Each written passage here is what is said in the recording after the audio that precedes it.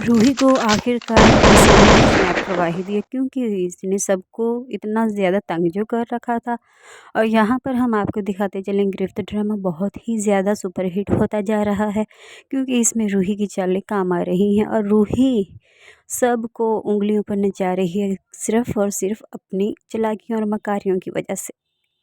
सबसे पहले तो उसने मुराद को अपने हाथों में किया, उस पर इल्ज़ाम लगाया, उसे ब्लैकमेल करती रही कि तुमने मेरे साथ ज़बरदस्ती की है। उसके बाद उसका भाई जैसे ही अमेरिका से आता है, तो वो उसको देखती है, उसका बैंक बैलेंस देखती है और उसकी खूबसूरती देखकर उस पर मर जाती है। तो यहाँ पर उसको अपनी तरफ खींचती है। साद भी उसकी बातों में आ जाता है और उसे शादी करने के लिए एग्री हो जाता है, लेकिन उसकी मामा और मुराद ये नहीं चाहते कि एक नौकरानी से उसके भाई की शादी हो, इसलिए मुराद उसको बार-बार समझाता है कि तुम हमारे रास्ते से हट जाओ, वरना ऐसा ना हो कि एक दिन मैं तुम्हें धक्के दे के बाहर निकालूँ। तो यहाँ पर रूही कहती है कि मैं भी रूही हूँ, देखती हूँ कि तुम मुझे कैसे हाथ लगाते हो।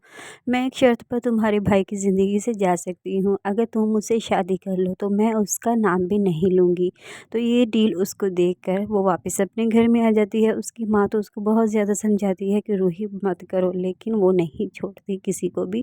और यहाँ पर मुराद उसकी तरफ खुद ही खींचा चला जाता है, लेकिन इन सब बातों को नोट करेगी अनीशा की भाभी और अनीशा खुद।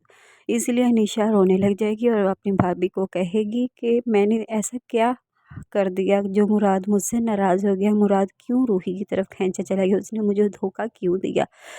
एक औरत सब कुछ बर्दाश्त कर सकती है, लेकिन अपने शौहर को किसी और का होते हुए नहीं देख सकती, इसलिए वो हर वक्त सोचती रहती है कि रूही ने मेरी ज़िंदगी तबाह बर्बाद कर दी, लेकिन मुराद वो तो जानता था कि मैं क्या हूँ और मुझसे बहुत ज़्यादा प्यार करता था, लेकिन रूही एक नौकरानी के हत्थे चढ़ गया।